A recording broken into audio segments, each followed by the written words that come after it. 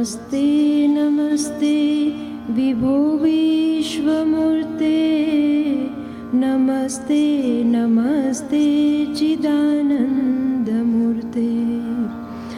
नमस्ते नमस्ते तपोयोगगम्य, नमस्ते नमस्ते श्रुतिज्ञानगम्य।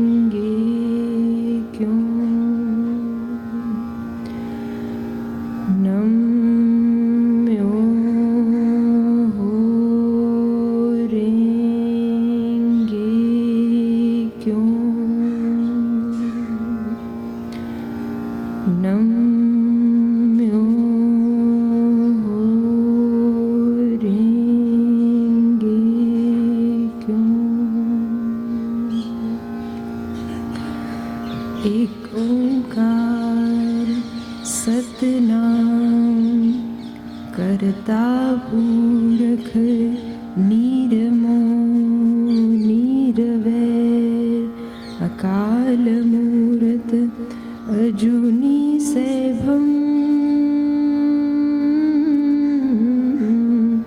गुरु प्रसाद जपाद सच जुगाद सच है भी सच, नानक हो से भी सच। कुरान से प्रार्थना। आउज़ु बिल्लाहि मिनश शैतानिर रजीम, बिस्मिल्लाहिर रहमानिर रहीम, अल्हम्दुलिल्लाहि रब्बिल आलमीन, रहमानिर रहीम, मालिक यौमिद्दीन, इय्याका नअबुदु व इय्याका नस्तईन, यहदिनस सिरातल मुस्तकीम, सिरातल लज़ीना अनअमता अलैहिम गैरिल मग़दूबि अलैहिम वलद्दालिन आमीन। अर्थात पहले ही पहल नाम लेता हूँ अल्लाह का, जो निहायत रहम वाला मेहरबान है। हर तरह की श्रुति उन्हीं की योग्य है। वह सारे विश्व का पालने पोसने वाला और उद्धारक, परम कृपाणु, परम दयालु है। आखिरी दिन का वही मालिक है। पाप पुण्य का फल देने का वक्त उसी के अधीन है। हम तुम्हारी ही आराधना करते हैं और तुम्हारी ही मदद मांगते हैं। ले चलो हमको सीधी राह, उन लोगों की राह जिन पर तुम्हारा कृपा प्रसाद उतरा है, उनके रास्ते कभी नहीं जिन पर तुम्हारी अप्रसन्नता हुई है, यहाँ जो मार्ग भूले हुए हैं। तथास्तु। जरथोष्टी गाथा।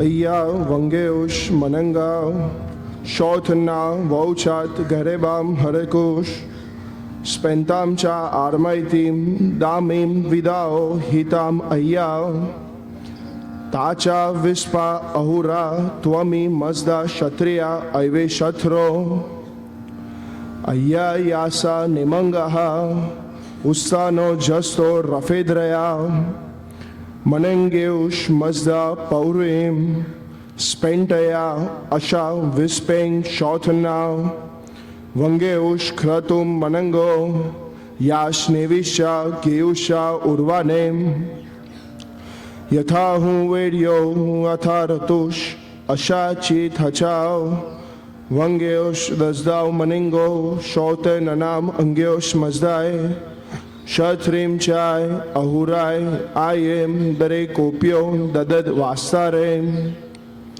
अशेम वहुम वैसे मस्ती उस्ता अस्ति उस्ता अमाय यदशाय वहिस्ताय अशेम, यिंगे आताम आत्यस्ने पैति वंगो मजदा ओशो गिर्थनाम अशो नाम यशे रतुम यजमैदे, औरा वैथाम अशाथ च योंगाम च ताश ताओश यजमैदे, Hashem vahum vaistemasti usta asti usta amai yadashai vaistai Hashem થતુષ યથા આફરીનામ.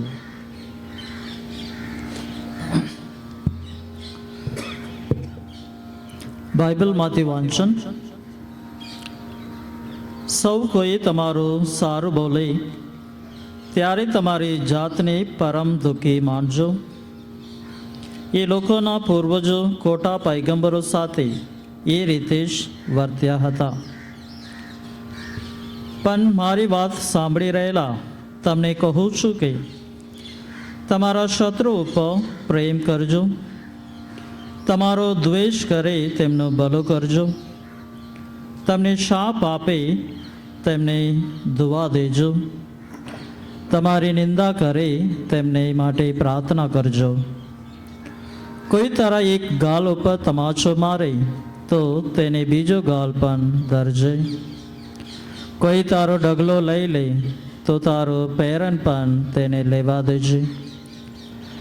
જે કોઈ તારી પાસે માંગે તેને આપજે. કોઈ તારું કંઈ લે તો પાછો માંગીશ નહીં. લોકો તમારી સાથે જે રીતે વર્તે એમ તમે ઈચ્છતા હો તો તે જ રીતે તમે પણ તેમની સાથે વર્તજો. તમારા ઉપર પ્રેમ રાખે તેમના ઉપર જ તમે પ્રેમ રાખો, એમાં તમે પુણ્ય શું કર્યું? પાપીઓ સુદ્ધા પોતા ઉપર પ્રેમ રાખનારા ઉપર પ્રેમ રાખે છે, અને તમારું ભલું કરે તેમનું જ તમે ભલું કરો, એમાં તમે શું પુણ્ય કર્યું? એટલું તો પાપીઓ પણ કરે છે. અને જેઓની પાસેથી પાછું મળવાની આશા હોય તેઓને જ તમે ઉછીનો આપો, એમાં તમે શું પુણ્ય કર્યું? પૂરેપૂરો પાછું મળવાનો હોય તો પાપીએ પણ પાપીઓનું ઉછીનું આપે છે. પણ તમારે તો તમારા શત્રુ ઉપર પ્રેમ રાખવાનો છે અને તેમનું ભલું કરવાનું છે, અને પાછું મળવાની આશા રાખ્યા વગર ઉછીનું આપવાનું છે, તો તમને મોટો બદલો મળશે અને તમે પરાત્પર ઈશ્વરના સંતાન થશો, કારણ તે પોતે કૃતજ્ઞો અને દુષ્ટ પ્રત્યે રહેમ રાખે છે. તમારા પિતા જેવા દયાળુ છે તેવા તમે પણ દયાળુ થજો.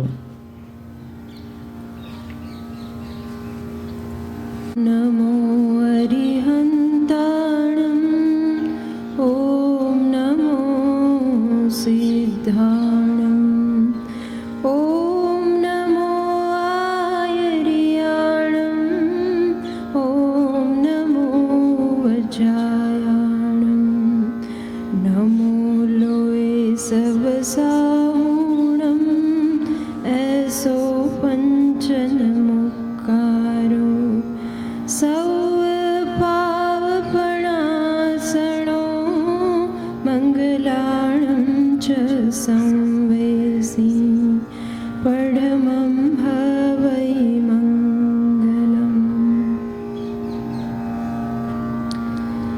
પ્રાતઃ સ્મરામિ હૃદિ સંસ્ફુરદાત્મતત્ત્વં સચ્ચિત સુખમ પરમહંસગતિતુરીયં યત્સ્વપ્નજાગરસુ સુષુપ્તમૈતિ નિત્યં તદ્બ્રહ્મનિષ્કલમહં ન ચ ભૂતસંઘં.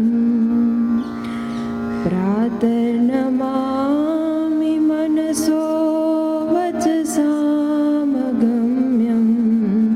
વાચો વિભાન્તિ નિખિલા યદનુગ્रहेण યન્નેતિ નેતિ વચને નિગમાભૂષો तं દેવદેવમજમચ્યુતાવગમ્યં. પ્રાતર્નમામિ તમસા પરમર્કવર્ણં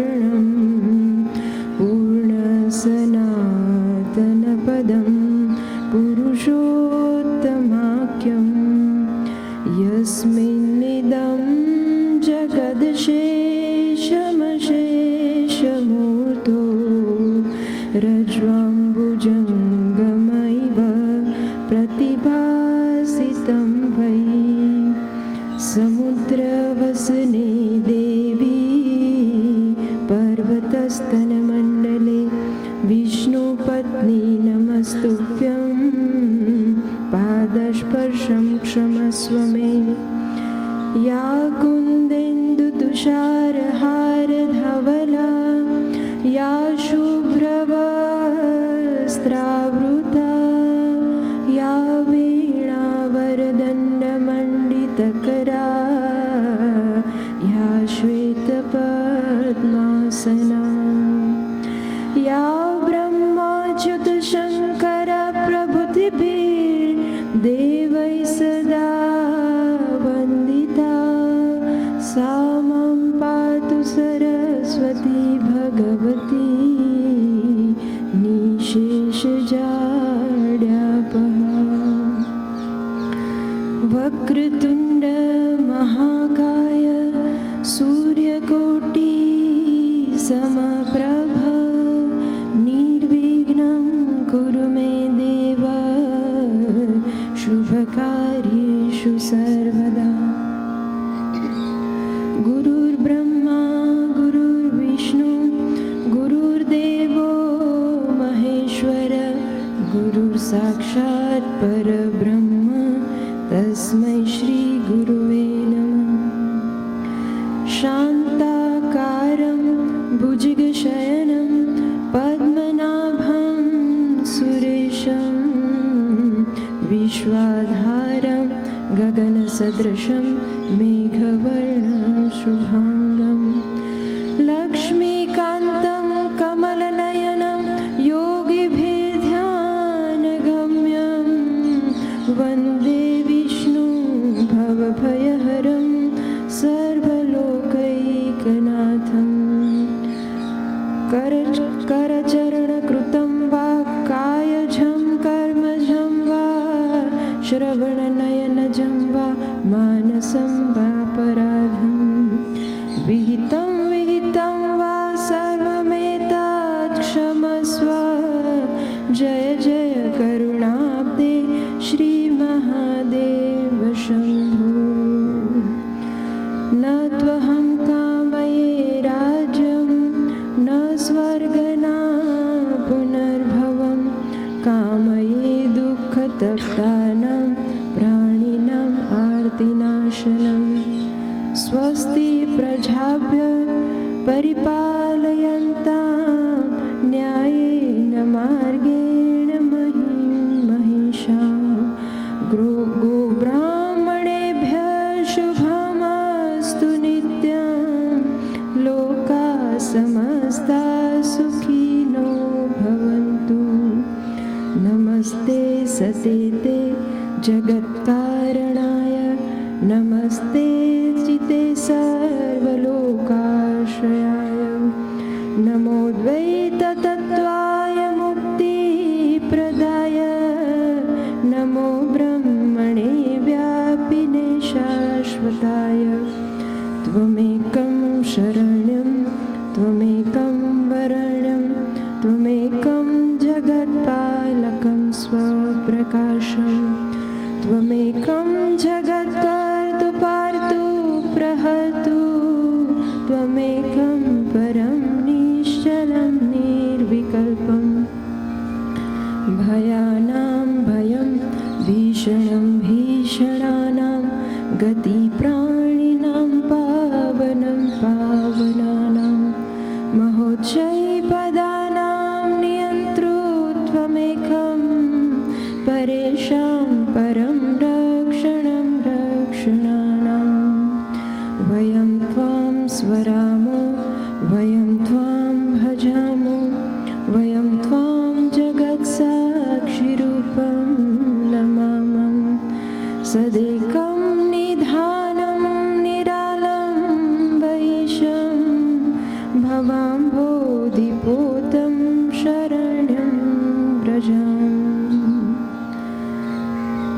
अहिंसा अहिंसा सत्यस्तेय ब्रह्मचर्य असंग्रह शरीरश्रम अस्वाद सर्वत्र भयवर्जनं सर्वधर्म समानत्व स्वदेशी स्पर्श भावना विनम्र व्रतनिष्ठा से ये एकादश सेव्य है।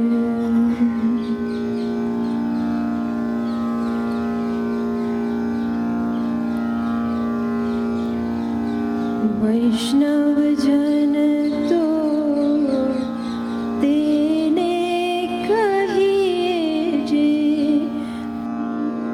राई जाने रे। वैष्णव जन तो तेने कहिए जे पीड़ पराई जाने रे। पर दुखे उपकार करे तो ये पर दुखे उपकार करे तो ये मन अभिमान ना आणे रे। वैष्णव जन तो तेने कहिए सकल लोक मां सहुने वंदे निंदा न करे के नीरे। वाच काच मन निशल राखे वाच काच मन निशल राखे धन धन जननी तेनी रे। वैष्णव जन तो तेने कहिए समदृष्टि ने तृष्णा त्यागी पर स्त्री जेने मातरे। जीवा थकी असत्य न बोले जीवा थकी असत्य न बोले पर धन नाम जाले हाथ रे। वैष्णव जन तो तेने कहिए मोह माया व्यापे नहीं दृढ़ वैराग्य जेना मन मारे। राम नाम शू ताळी लागे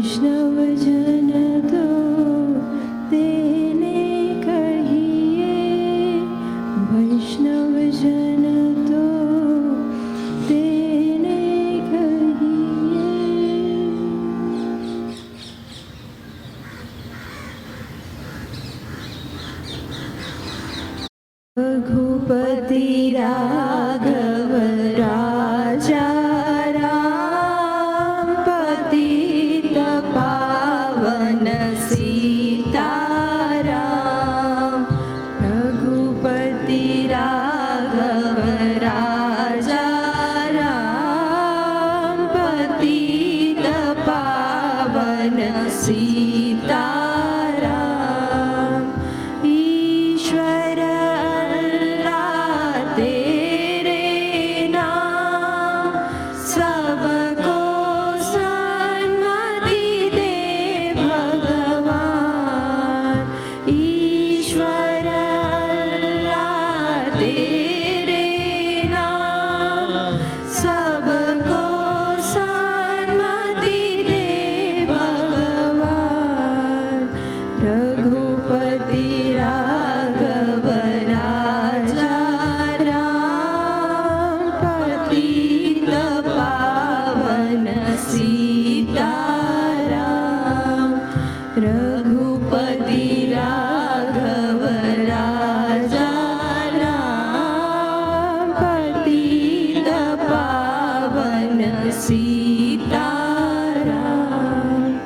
रघुपति राघव राजा राम पतित पावन सीताराम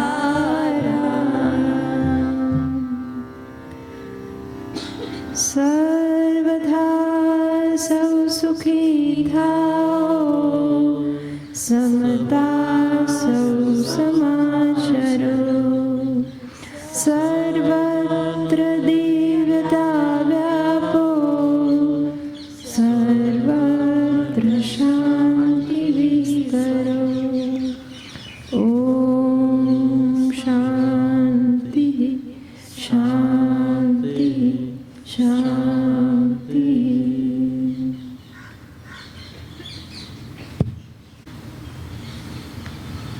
નમસ્કાર.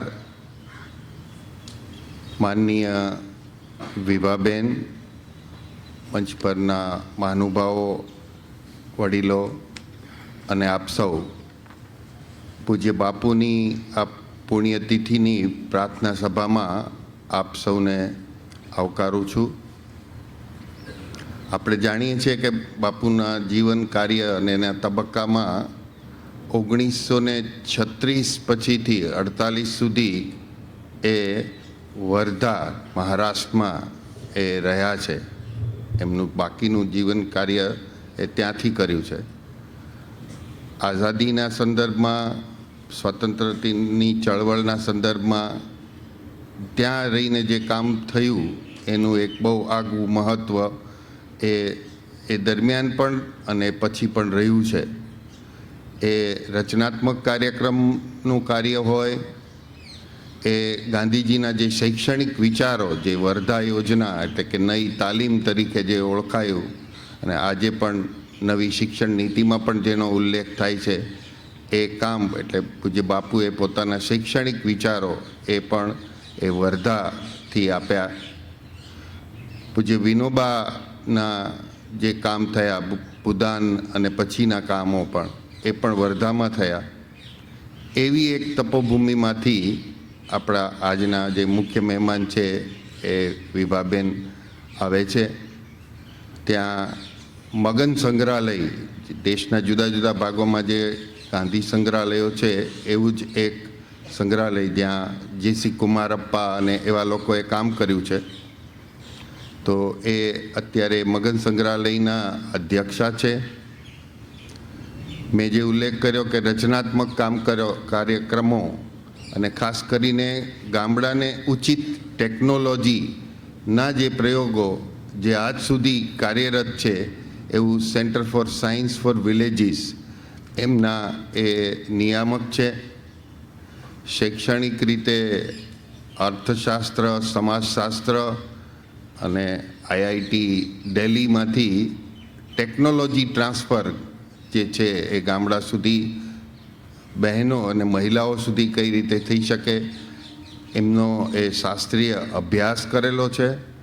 અને જેને ગ્રામ વિકાસના કામો કહીએ ગ્રામ પુનરુત્થાનના કામ કહેવાય અને જે ગાંધીના વિચારને અનુરૂપ જે એવા કામ એ સજીવ ખેતીનું કામ હોય, એ ખાદીનું કામ હોય, એ પાણી સંગ્રહનું કામ હોય, એ રહેઠાણનું કામ હોય, એ જે સંસ્થાની સાથે સંકળાયેલા છે એના દ્વારા કરી રહ્યા છે. આજે આપણા સૌના આ આમંત્રણને માન આપીને આજે અહીંયા આવવાનું એમને સ્વીકાર્યું એ આપણા સૌ વતી એમને આવકારું છું, અભિનંદન આપું છું અને હવે એમને એમનું પ્રાસંગિક વક્તવ્ય આપવા વિનંતી કરું એ પહેલાં હું અમારા ટ્રસ્ટીને કહું એમનું સ્વાગત.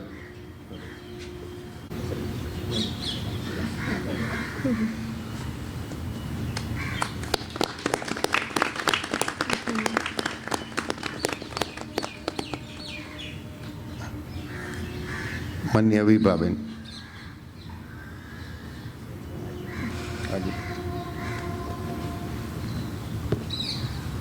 मुझे आज लग रहा है कि तुम सबको मैं अपने गांधी आश्रम सेवाग्राम ले जाऊं. बहुत प्यारा आश्रम है. तुम सब वहाँ आना. मिट्टी का गांधी की छोटी सी कुटिया है, मिट्टी से दीवार है, मिट्टी की फर्श है. जब अब्दुल कलाम वहाँ आए थे तो कहने लगे मुझे कि मैं इस मिट्टी को छू सकता हूँ क्या. मैंने कहा बिल्कुल, वो सबके लिए. करीब 8 लाख लोग आते हैं, उस मिट्टी के मकान पे चलते हैं, उसकी फर्श पे चलते हैं. तो उसके ऊपर बैठ के रोने लगे. कहने लगे मुझे अपने घर की, अपनी माँ की बहुत याद आ रही है इस मिट्टी के मकान को देख के. तो वैसे ही माँ जैसे गांधी की पुण्यस्थली साबरमती पे मुझे आने का बहुत आनंद और बहुत एक तरह से बहुत मैं आत्मविभोर हो रही हूँ मन से कि मुझे इस समय आप लोगों के साथ बैठने का, इस जगह पर रहने का मौका मिला. वह सामान्य आदमी नहीं थे गांधी जी. यदि सामान्य होते तो दुनिया के 64 देश ऐसे हैं जिसमें गांधी का स्टैचू है. हमारे देश में किसी भी दूसरे देश के बड़े आदमी का स्टैचू नहीं होता. पाकिस्तान, चीन, अमेरिका, सब जगह गांधी के स्टैचू हैं. 135 ऐसे देश हैं जिसमें गांधी के नाम से स्टैम्प या कॉइन्स बने हैं. ऐसा कोई भी दूसरा व्यक्ति नहीं है जिसका हमारे देश में इस तरह का बना हो. और दुनिया में सबसे ज़्यादा बिकने वाली किताब बाइबल के बाद में है माई एक्सपेरिमेंट विथ ट्रुथ. मेरी सत्य की जो उनकी आत्मकथा है उसकी सबसे ज़्यादा प्रतियां विश्व में बिकती हैं. और अभी तक गांधी जी के ऊपर 1,08,000 किताबें छपी हैं उनके बारे में. तो कोई सामान्य व्यक्ति गांधी नहीं थे. ये मुझे इसलिए कहना पड़ रहा है कि जब नेल्सन मंडेला 27 साल जेल में रहे तो कहते थे मैं उस जेल की यातनाएं इसलिए सह सका क्योंकि मैं हमेशा गांधी को याद करता था. ओबामा जब राष्ट्रपति बने अमेरिका के तो उन्होंने कहा कि एक काला राष्ट्रपति इसलिए बना है क्योंकि आपके देश में गांधी पैदा हुआ है. इस तरह के व्यक्ति जब साबरमती छोड़कर सेवाग्राम आश्रम आते हैं और वहाँ पे अपना आश्रम बनाते हैं तो उन्हें समझ में आ जाता है कि राजनीति बहुत देर तक इस देश को स्वतंत्रता तो दिला सकेगी पर हम गरीबी से स्वतंत्र नहीं हो पाएंगे, गरीबी से हमें मुक्ति नहीं मिलेगी. तो बहुत ज़रूरी है कि मैं एक छोटे से छोटे गांव में रहूँगा और समझूंगा कि देश को कैसे बदला जाए. और वो साबरमती से सेवाग्राम आए. सेवाग्राम महाराष्ट्र में वर्धा के नाम के एक जो ज़िला है वहाँ पर छोटा सा गांव है, बहुत छोटा गांव, जहाँ पर न रास्ता था, न कोई रहने की व्यवस्था थी, न बिजली थी, न पानी था. वहाँ पर सांपों और बिच्छुओं के बीच में गांधी जी ने अपनी कुटी बनाई और ये तय किया कि जितने भी उद्योग गांव में हो सकते हैं, जितने तरह के उद्योग गांव में हो सकते हैं वो हम बनाएंगे. और उन्होंने वहाँ पे 30 प्रयोगशालाएं शुरू की. इन सारी प्रयोगशालाओं में जो छोटी से छोटी चीज़ हो सकती थी उसके ऊपर वैज्ञानिकों को काम करना चाहिए. इस देश के गांव का एक भी सामान गांव के बाहर नहीं जाना चाहिए और गांव में हज़ारों लाखों उद्योग शुरू होने चाहिए ताकि लोगों को काम मिलेगा, गांव का सामान गांव में रहेगा और हम खूब समृद्ध बनेंगे. तब उन्होंने पता है किस तरह की प्रयोगशालाएं शुरू की. सबसे पहले घास पे प्रयोगशाला शुरू की क्योंकि हमारा जो देश है ये घास और गोबर प्रधान देश है. सबसे आसानी से घास होती है, हर जगह होती है. 1000 प्रकार की घासें होती हैं और हर प्रकार की घास का उपयोग है। घर बनाने से, चटाई बनाने से, कपड़े बनाने से, बीकानेर का सेव बनाने तक घास का उपयोग होता है। तो उन्होंने ग्रास रिसर्च इंस्टीट्यूट शुरू किया। फिर गोबर पर रिसर्च इंस्टीट्यूट शुरू किया। गोबर की चीज़ें, गोबर से गैस बनाने से लेकर डिस्टेम्पर से लेकर सारी चीज़ें, कागज़ बनाने तक गोबर पे काम। वैसे ही अहिंसक बहुत सारे उद्योग, जैसे बिना पेड़ काटे कैसे कागज़ बनाया जाए, कैसे जानवरों को बिना मारे चमड़ा अच्छा बनाया जाए, उस तरह से उन्होंने एक बड़ा काम किया। वो था मधुमक्खी पे। मक्खी के बारे में कोई सोचता है क्या? कोई नहीं सोचता, बहुत छोटी सी चीज़, मक्खी के बारे में क्या सोचता। पर गांधी जी ने सबसे पहले कहा कि मधुमक्खी पर यदि हम नहीं काम करेंगे तो ये देश नहीं बचेगा। क्योंकि कहा जाता है यदि मधुमक्खी मर गई तो 10 साल में मानव जाति मर जाएगी। तो मधुमक्खी, हमारे देश में जो बड़ा छत्ता देखा है तुम लोगों ने, पानी की टंकियों पर बड़े बड़े छत्ते होते हैं मधुमाछी के, इन छत्तों से हमें 70% शहद मिलता है। और ये सारी मक्खियाँ इसलिए मर रही हैं क्योंकि आदिवासी लोग इसको जला देते हैं, उसमें आग लगाते हैं और फिर उसमें से शहद निकालते हैं। क्योंकि बहुत शहद के छत्ते थे तो आसान था, पर धीरे धीरे पूरे विश्व में मधुमक्खियाँ मर रही हैं, इसलिए क्योंकि हम बहुत बड़ी मात्रा में केमिकल इस्तेमाल कर रहे हैं खेती में। तो गांधी जी ने उस समय कहा कि इन मधुमक्खियों को यदि बचाना है तो वैज्ञानिकों को काम करना पड़ेगा।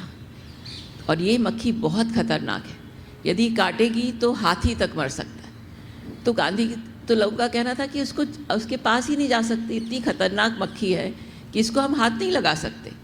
तो गांधी जी ने कहा ऐसा नहीं होता, प्रकृति हमेशा देना जानती है और वो देगी ज़रूर। हमें शहद चाहिए तो प्रकृति में तरीका होगा अहिंसक शहद निकालने का। तो इन सब वैज्ञानिकों ने मिलकर 2 साल बहुत बहुत बहुत मेहनत की।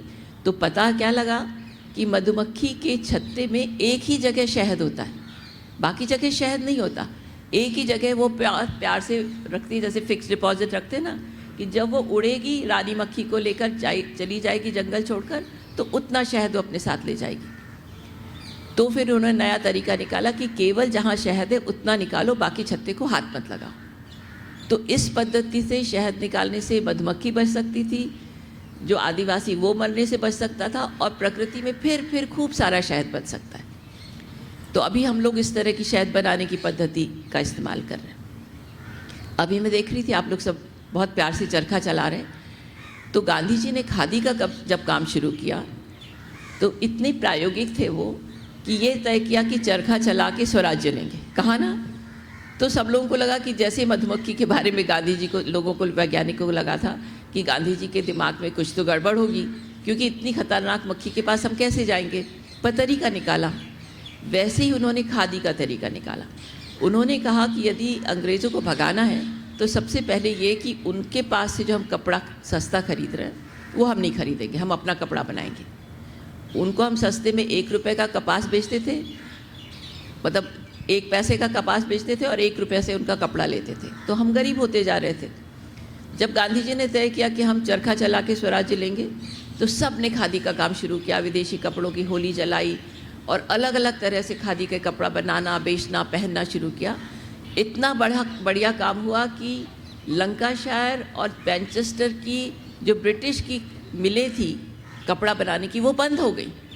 उनके जो कारीगर थे वो बेकार हो गए और उनके मालिक परेशान थे। जब दूसरा राउंड टेबल कॉन्फ्रेंस में जब गांधी वहाँ गए तो लोगों ने कहा कि आप वहाँ मत जाइएगा, क्योंकि वहाँ पे लोग बहुत परेशान हैं और ये सारे जो मिल मालिक हैं आपके विरोध में खड़े हैं और आपको मार देंगे। तो गांधी जी ने कहा ऐसा नहीं, मैं जाऊँगा, उनके पास रहूँगा और उन्हें बताऊँगा, क्योंकि आप जो कर रहे हैं वो गलत है और हमको अपना कपड़ा बना के अपने देश को अपनी गरीबी से बचाना है। और वो मिल मजदूरों के साथ रहे जो उन्हें मारने के लिए आए थे। पर गांधी जी वहाँ नहीं रुके। 1929 में उन्होंने सबसे अच्छा चरखा और सबसे अच्छा संडास बनाने के लिए एक पुरस्कार रखा। और वो पुरस्कार का क्या था, प्राइस कितने का होगा पुरस्कार? 1929 में 1 लाख रुपए का, 1 लाख रुपए का 1929 में उन्होंने पुरस्कार रखा कि जो सबसे अच्छा संडास बनाएगा या सबसे अच्छा चरखा बनाएगा। तो गांधी जी जब वर्धा सेवाग्राम से में पहुँचे साबरमती से, वो एक वैज्ञानिक बन गए थे और उसके बाद उन्होंने चरखे पर खुद काम किया। पहले सुदर्शन चरखा होता था बड़ा वाला जो यहाँ रखा है अंदर, तो गांधी जी को समझ में आया ये चरखा लेकर तो हम कहीं नहीं जा सकते, तो उन्होंने यरवदा जेल में ये वाला चरखा बनाया जिसे पेटी और किसान चरखा कहते हैं। उसके बाद भी उन्हें लगा ये भी बहुत बड़ा है, तो उन्होंने एक और चरखा बनाया, उसे कहते हैं जेब चरखा, जो आप जेब में रख के ले जा सकते हैं। हमारे संग्रहालय में चरखा, इतना सा चरखा, उसमें आप बहुत अच्छे से काट सकते हैं। तो गांधी जी का विज्ञान वहाँ ख़त्म नहीं होता था। गांधी जी ने इतने सारे वैज्ञानिकों को अपने कामों में जोड़ा कि गांव का आदमी कैसे कपड़े पहनेगा, कैसे जूते पहनेगा, कैसे घर में रहेगा, क्या खाएगा। तो हमने सुना फेयर एंड लवली, सुना ना तुम लोगों ने? तो गांधी जी का कहना था कि खाने में फेयर एंड लवली नहीं होना चाहिए। हम भूरे हैं, हमारा खाना भूरा होना चाहिए। जितना सफ़ेद खाना होगा उतना वो घातक होगा। ठीक, तो उस तरह से उन्होंने वहाँ पे प्रयोगशाला बनाई कि कैसे हम अच्छे से अच्छा भूरा खाना खा सकते हैं, कैसे सफ़ेद शक्कर की जगह ताड़ गुड़ से बनी भूरी शक्कर खा सकते हैं। पर वो साधारण काम नहीं था। वैज्ञानिक को कहते हैं हम शास्त्री, और काम करने वालों को कहते हैं मिस्त्री। तो शास्त्री और मिस्त्री जब तक हम देश नहीं बनाता है तब तक ये देश आगे नहीं जाएगा। तो इस तरह का बहुत सारे प्रयोग वर्धा में हुए, जहाँ से मैं आ रही हूँ। वहाँ पे जब चमड़े का काम शुरू हुआ तो उन्हें सारे ब्राह्मण टेक्नोलॉजिस्ट जो थे, जो ब्राह्मण थे, उनको कहा कि तुम्हें चमड़े का काम करना पड़ेगा, तुम्हें चमार का काम करना पड़ेगा, ताकि तुम्हें समझ में आए कि कहाँ तकलीफ़ होती है, कहाँ पे दुखता है। तो मैं जिस वहाँ पे इस तरह के बहुत सारे प्रयोग आज भी चल रहे हैं। हर तरह की चीज़ें जो गांधी जी ने वहाँ पे 30 लैबोरेटरीज शुरू की थी, 30 प्रयोगशालाएं। उन प्रयोगशालाओं में मिट्टी के मकान से लेकर अच्छे जूते चप्पल कैसे बने, क्योंकि हमारे देश में जो काम करने वाले कारीगर हैं, भले वो लकड़ी से, लोहे से, कपड़े से जो भी काम करते हैं, उनके पास अच्छे औजार नहीं। यदि आप देखेंगे तो किसानों के पास औजार नहीं है, हमारे कारीगरों के पास औजार नहीं है। तो गांधी जी ने उस समय अपने सारे लोगों को जर्मनी, जापान, रशिया, चाइना, हर जगह भेजा ये पता लगाने के लिए कि हम ऐसी मशीनें लाएं जिससे अच्छे से अच्छे औजार हमारे लोगों के पास में। आप लोगों ने अपने खेत में औरतों को काम करते देखा है? उनके पास में कौन सा औजार होता है? क्या कहते हैं उसे? दातर। उससे ज़्यादा कोई औजार होता है क्या? और अपने शहर में जो औरतें रसोई में काम करती हैं उनके पास क्या क्या होता है? मिक्सी, कटर, फ्रिज, कितनी सारी चीज़ें होती हैं। तो गांव की औरतों के पास कोई औजार नहीं है, गांव के कारीगरों के पास कोई औजार नहीं है। तो गांधी जी ने उस समय कहा था, जब तक हम सबको औजार से युक्त नहीं करते, सबको हम अच्छे से अच्छे तकनीकों से युक्त नहीं करते, तब तक हमारा भारत आगे नहीं जाएगा। तो ये जो टेक्नोलॉजी का काम वैज्ञानिक के रूप में गांधी जी ने किया, जैसे उन्होंने खुद को कहा था कि मेरा जीवन ही एक प्रयोग है, सत्य का प्रयोग, मैं एक वैज्ञानिक हूँ। उसी तरह विज्ञान को लेकर वर्धा में इस तरह के प्रयोग हुए और ऐसे प्रयोग पूरे भारत में फैले, जिसमें जैसे मैंने बताया कि कृषि के औजार से लेकर बड़ी बड़ी टेक्नोलॉजी तक का काम होना चाहिए, जो नहीं हो रहा है। इसीलिए हम लोगों ने वहाँ पे ग्राम विज्ञान केंद्र शुरू किया, जिसमें सारी टेक्नोलॉजी हम गांव में कैसे ले जाएं, वैज्ञानिकों को गांव की तरफ मोड़ें, वैज्ञानिक गांव के कीचड़ में, पत्थर में, कांटों में रहकर देखें कि गांव का जीवन क्या होता है, आदिवासियों का जीवन क्या होता है, गरीब का जीवन क्या होता है, और उनके लिए विज्ञान बने। अब मैं अपनी बात ख़त्म करूँगी मेरे पिताजी का वैज्ञानिक होकर एक गांधी बनने का, ठीक है? तो मेरे पिताजी ऑयल टेक्नोलॉजिस्ट थे, तेल के वैज्ञानिक थे, और उन्हें गांधी जी ने बुलाया वर्धा काम करने के लिए तेल पर। और आपको पता है हमारा जो देश है वो तेल प्रधान देश है, बहुत तेल खाता है, बहुत तेल खाता है, बचपन से बड़े होने तक तेल खाता है। और ये तेल कहाँ से आता है? अपना तेल कहाँ से आता है? अपना 60% तेल विदेश से आता है। हम जो तेल खाते हैं ना, उसका 60% तेल विदेश से आता है, और जो 30% तेल देश में बनाते हैं उसमें 30% विदेशी तेल मिला के बनाते हैं, तो हम पूरे के पूरा विदेशी तेल खाते हैं। और ये तेल क्या है, हमारा देश करीब 15 तरह के तेल खाता है, पर अब हम खाते हैं केवल सोया, पामोलिव, सूर्यमुखी, सस्ते तेल खाते हैं, इसलिए हम बीमार पड़ रहे हैं। उस समय गांव-गांव में घानी होती थी, गांव-गांव में ताज़ा तेल बनता था। हर जैसे अपना तेल ख़त्म हुआ, दूध लेने गए, वैसे तेल लेने गए। तेल की स्वस्थता के कारण हम बहुत स्वस्थ थे। अब हम सब बीमार हो रहे हैं। स्कूलों से ज़्यादा हॉस्पिटल बन रहे हैं, डिस्पेंसरीज बन रही हैं, दवाई की दुकानें बन रही हैं, और हम सब दवाई के पुतले बन रहे हैं, ठीक है ना। तो गांधी जी के समय तेल पर काम करने के लिए मेरे पिताजी वहाँ जुड़ गए। पर जुड़ गए तो पता चला कि हर बार ये गांव-गांव कहते हैं, पर मेरे पिताजी शहर से आए थे, तो उन्होंने कहा कि मैंने तो कभी गांव देखा नहीं है। तो उन्हें विनोबा जी ने कहा कि ठीक है, तो तुम गांव जाना चाहते तो तुम मध्य प्रदेश का एक छोटा गांव रहो और गांव में गांव की तरह रहना। तो क्या करना, तो एक तो पैसा नहीं लेके जाना हाथ में, अपना परिचय नहीं देना है, गांव वाला जो करता वो तुम्हें करना है, मतलब किसी को नहीं बताना तुम कौन हो, कहाँ से आए हो, तुमने कितनी पढ़ाई की, तुम कौन सी जाति के हो। तो ये लोग गांव में चले गए। गांव में जब गए तो गांव वालों को लगा कि थोड़ा पढ़े लिखे लग रहे हैं, उनकी आवाज़ बातों से, थोड़ा कपड़ों से लग रहा था। तो उन्होंने कहा कि हम कहाँ रहें। तो गांव वालों ने कहा कि तुम रह सकते हो वहाँ पे जहाँ पर कूड़ा फेंकते हैं, वहाँ पर तुम लोग जाके रहना। तो जब वो गए तो वहाँ पे कूड़े पे किसी ने बिल्ली फेंक दी थी, मरी हुई बिल्ली। तो इन्होंने बिल्ली गाड़ दी जाके। तो गांव वाले समझ गए कि सबसे नीची जाति के लोग हैं ये लोग, क्योंकि गांव में कुत्ता और बिल्ली केवल नीची जाति के लोग गाड़ते हैं। तो उन्होंने तय किया कि नीची जाति के लोग हैं, इसलिए हमारे यहाँ का पानी नहीं पियोगे तुम हमारे यहाँ का खाना पानी बंद तुम्हारा। तो उन्हें बहुत कष्ट झेलना पड़ा, पर वो लोग उस गांव में 11 साल बिना खेती का मजदूर जैसा रहता है वैसे मेरे माता पिता वहाँ रहे, तो क्योंकि उन्हें सीखना था गांधी को। तब उन्होंने तय किया मिलकर, यदि गांधी को सीखना है, गांधी को समझना है, तो गांव को तो समझा है, पर बच्चों को कैसे पालना है, तो बच्चों को भी गांधी की तरह से पालना है। तो कैसे पालना है, तो हम कभी बच्चों को मारेंगे नहीं। तो मेरे माता पिता ने हमें कभी नहीं मारा और कभी सोने से नहीं जगाया। तो वो कहते थे सोने से जगाना मतलब हिंसा है, क्योंकि बच्चा जब सोता है तो बहुत अच्छे सपने देखता है, अपनी भाषा बनाता है, अपना एक संसार बनाता है। उसको जब जगा देते हैं तो वो डर जाता है, उसे अच्छा नहीं लगता है, उसको हम डरा डरा के आगे बढ़ाते हैं, उसको जल्दी नहला देते हैं, वो करते हैं, जो भी करते हैं वो बच्चे के हिसाब से नहीं होता। तो भले ट्रेन छूट जाए या परीक्षा छूट जाए या स्कूल छूट जाए, वो हमें कभी नहीं उठाते थे। पर हम सब जल्दी उठते थे। क्यों जल्दी उठते थे? क्योंकि हमें गांव देखना था, वो बकरी का बच्चा कैसा है, वो गैया का कैसा है, वो गिलहरी के बच्चे कहाँ है, वो अंडे हुए कि नहीं। तो हमें बहुत कुछ देखना था, बहुत कुछ खेलना था, तो हम सब जल्दी उठते थे। दूसरा ये था कि जब छोटा बच्चा होता है तो बहुत भागता कूदता रहता है, कभी इससे टकराता है, कभी उससे टकराता है, चोट लगती है।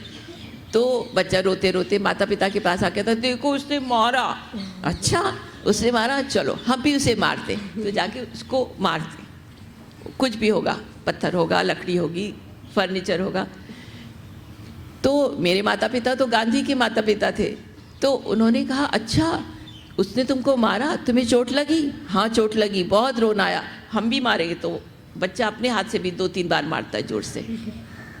तो मेरे माता पिता कहते थे कि तुम्हें चोट लगी ना, तो तुमसे ज़्यादा चोट उसको लगी है, पर क्योंकि वो बोल नहीं सकता है इसलिए जहाँ अपन उसको जाके प्यार करेंगे।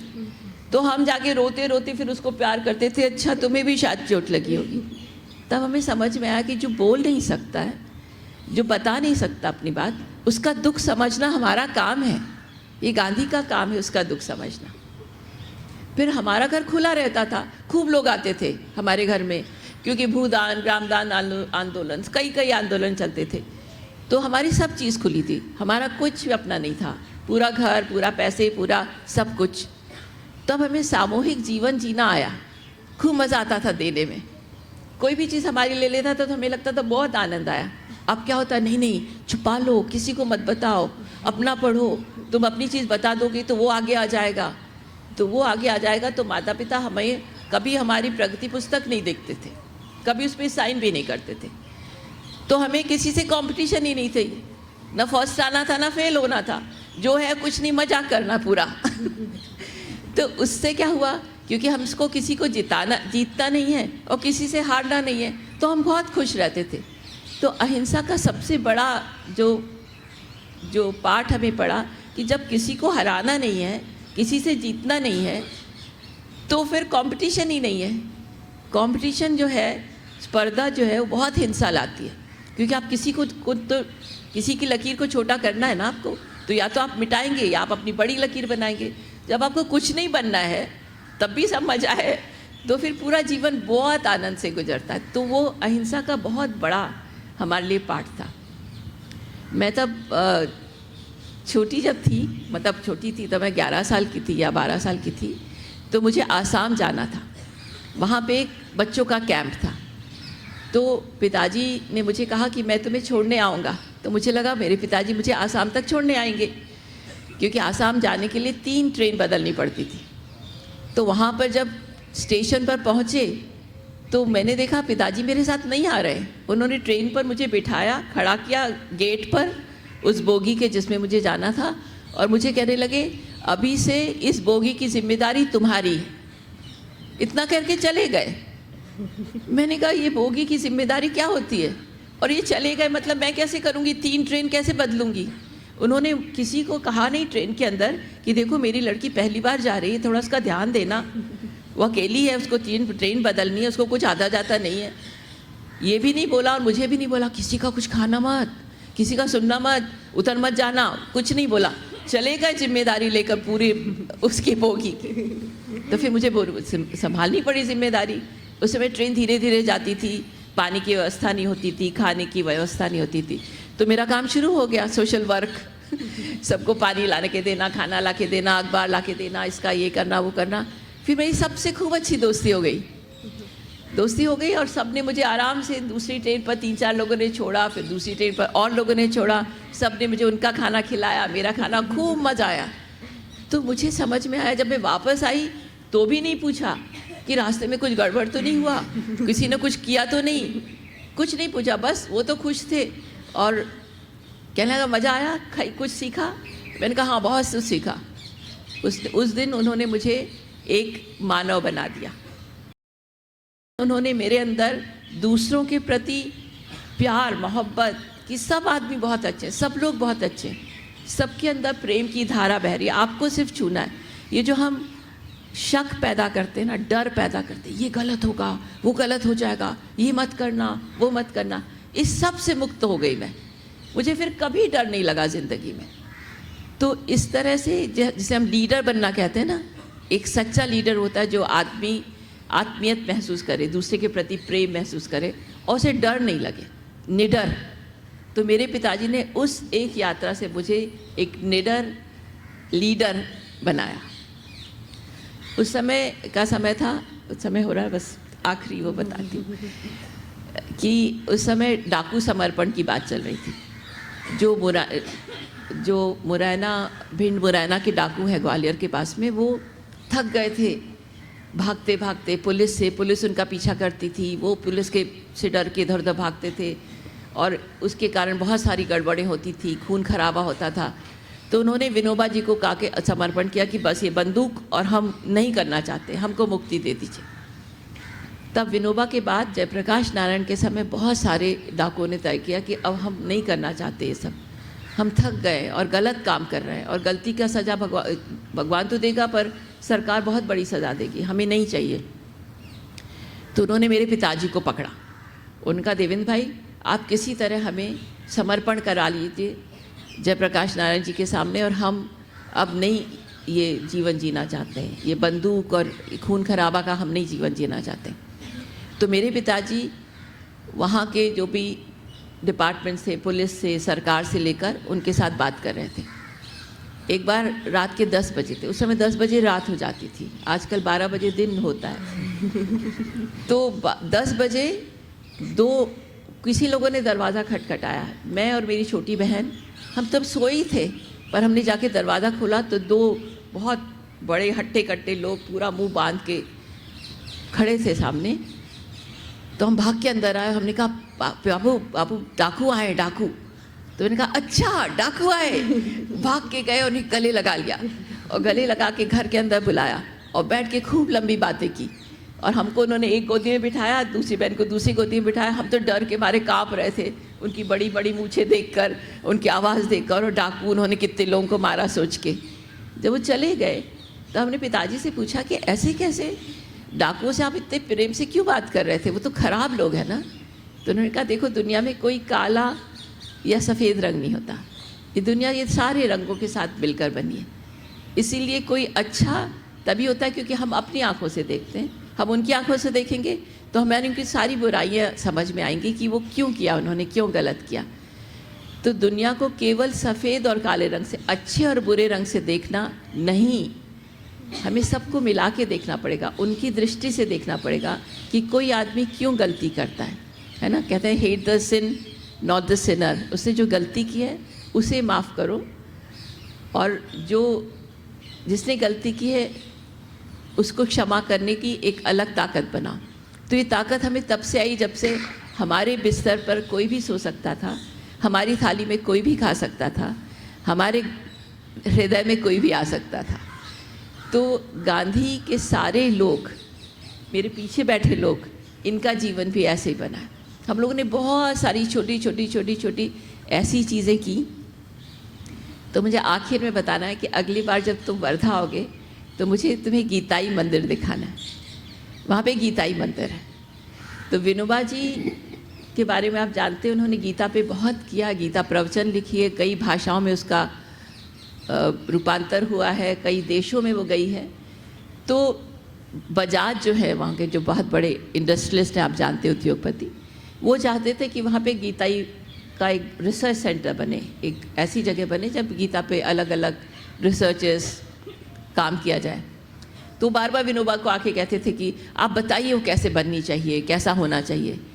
तो विनोबा बार बार उसे टाल देते थे। एक बार टाल नहीं पाए, उन्होंने कहा ठीक है बैठो, मैं बताता हूँ गीताई मंदिर कैसे बनेगा। गीताई मंदिर यदि बनाना है, एक तो वो मंदिर बनेगा, वो तुम्हारा रिसर्च सेंटर तो बन नहीं सकता, क्योंकि गीता रिसर्च की बात नहीं, गीता अपने जीवन में उतारने की बात है। तो वो एक मंदिर ही बन सकता है, क्योंकि शरीर एक मंदिर है और आत्मा एक प्रार्थना है, इसलिए उसको मंदिर बनना पड़ेगा। इसकी दीवार नहीं होनी चाहिए, दीवार नहीं होनी चाहिए, छत भी नहीं होनी चाहिए, दरवाजे भी नहीं होने चाहिए, खिड़की भी नहीं होनी चाहिए और फर्श भी नहीं होनी चाहिए। तो उन्होंने कहा ये कैसे बन सकता है, ऐसी कैसी इमारत बन सकती है जिसका दीवार खिड़की दरवाजे कुछ नहीं हो। तो इसका मतलब कि खुला आसमान जैसे आप लोग बैठे हैं, जहाँ पंचभूत पंच तत्व मिलते हों, ऐसा एक मंदिर बनाना है। तो उन्होंने, वो तो ठहरे व्यापारी, उन्होंने आर्किटेक्ट्स को बुलाया और कहा कि अच्छा ऐसा कुछ बनाओ जिसमें दीवार खिड़की दरवाजे कुछ भी नहीं होंगे। तो इन्होंने क्या किया, सारे भारत से लेकर अलग अलग राज्यों से ग्रेनाइट पत्थर जो होता है वो लेकर आए और उसको उन्होंने चारों तरफ रखकर एक तरह से चरखा और एक तरह से गाय ऐसी दिखे, उन्होंने उसको रखा है बड़े बड़े पत्थरों को। और उसके ऊपर गीताई लिखी है। गीताई मतलब गीता जो विनोबा जी ने अपनी माँ के लिए लिखी थी। तो माँ कहती थी विन्या, सब लोग संस्कृत पढ़ते पर मुझे तो नहीं आता, जो औरत रसोई में काम करती उसको तो पढ़ना नहीं आएगा, तो उसके लिए तुम सरल मराठी भाषा में गीता प्रवचन लिखो, गीताई लिखो। तो उन्होंने गीताई को मराठी में बहुत सरल शब्दों में लिखा। तो ये जो सारे पत्थर हैं ऐसे कड़कड़ कड़कड़ पत्थर हैं, पत्थर जैसे होते हैं खड़ खड़ खड़, पर उसके ऊपर छोटी सी जगह में उसको अच्छा पॉलिश किया है, खूब पॉलिश किया है और उस पर गीताई लिखी है। वो इतने सुंदर पत्थर हैं। तो इसलिए दिखाता है कि जब हम तो ऐसे ही खड़खड़ हैं, जब हम में प्रेम जागता है, जब हमें साक्षरता होती है, जब हमारे अंदर का अच्छापन निकलता है, तो हम उतने चमकने लगते हैं। सुंदर पत्थर, सुंदर रंगों में। और इसको कोई दरवाज़ा नहीं है, पर एक सीढ़ी है, सीढ़ी नीचे जाती है। तो जब हम नीचे जाते हैं, झुकते हैं, सौम्य होते हैं, तब हमें सही मायने में मानव बनते हैं। और वहाँ पे एक छोटे से पत्थर के पास में ऐसा सफ़ेद निशान बना है जिसके नीचे कमल नयन बजाज के राख रखी है। और कमल नयन बजाज ने कहा है कि सबसे कहना कि वो मुझ पर चल के जाए, मुझ पे पैर रख के जाए, तो मुझे इतना नम्र बना दे, इतना छोटा बना दे कि मुझे अपने पर भगवान की प्राप्ति हो, तो उस पर आप चल सकते हैं। ऐसा पत्थर है। फिर इस पूरे मंदिर का उद्घाटन किसने किया है? अब्दुल गफ्फार खान। तो एक मंदिर का उद्घाटन अब्दुल गफ्फार खान, जिसका जैसे माना जाए तो कोई धर्म नहीं था, पर वो मुसलमान थे, पठान थे, उनके हाथ से उसका उद्घाटन किया है। सुंदर खुली जगह है, सुंदर पेड़ है, पानी बहता है, और वो गीताई मंदिर। तो मुझे आपको फिर से निमंत्रण देना था यहाँ आके कि आप लोग एक बार वर्धा आएँ, आप गीताई मंदिर, गांधी की कुटी और हमारे यहाँ पे चलने वाला छोटा मोटा काम वो सब देखेंगे। तो वो मेरी सही श्रद्धांजलि होगी जब आप वर्धा आएंगे। आप सबको बहुत बहुत धन्यवाद। આપણા સૌ વતી વિભાબેનને ઉત્તમ અને ખૂબ અસરકારક પ્રસંગને અનુરૂપ એવું ઉદ્બોધન કરવા બદલ આપ સૌ વતી આપણે એમનો આભાર વ્યક્ત કરીએ છીએ અને આજની આપણી પ્રાર્થના સભા પૂર્ણ કરીએ છીએ। છેલ્લે એટલું જ કહેવું છે કે આપણા બહુ જ મોટા કવિ જુગતરામ દવે અને ગાંધીના અંતેવાસી પણ હતા। એમણે એવું છેલ્લે કીધું છે બાપુને અંજલિ આપતા કે એનું જીવન કાર્ય અખંડ તપો, અમ વચ્ચે બાપુ અમર રહો, અમ જીવનમાં અમ અંતરમાં એની ઉજ્જવળ જ્યોત જ્વલંત રહો।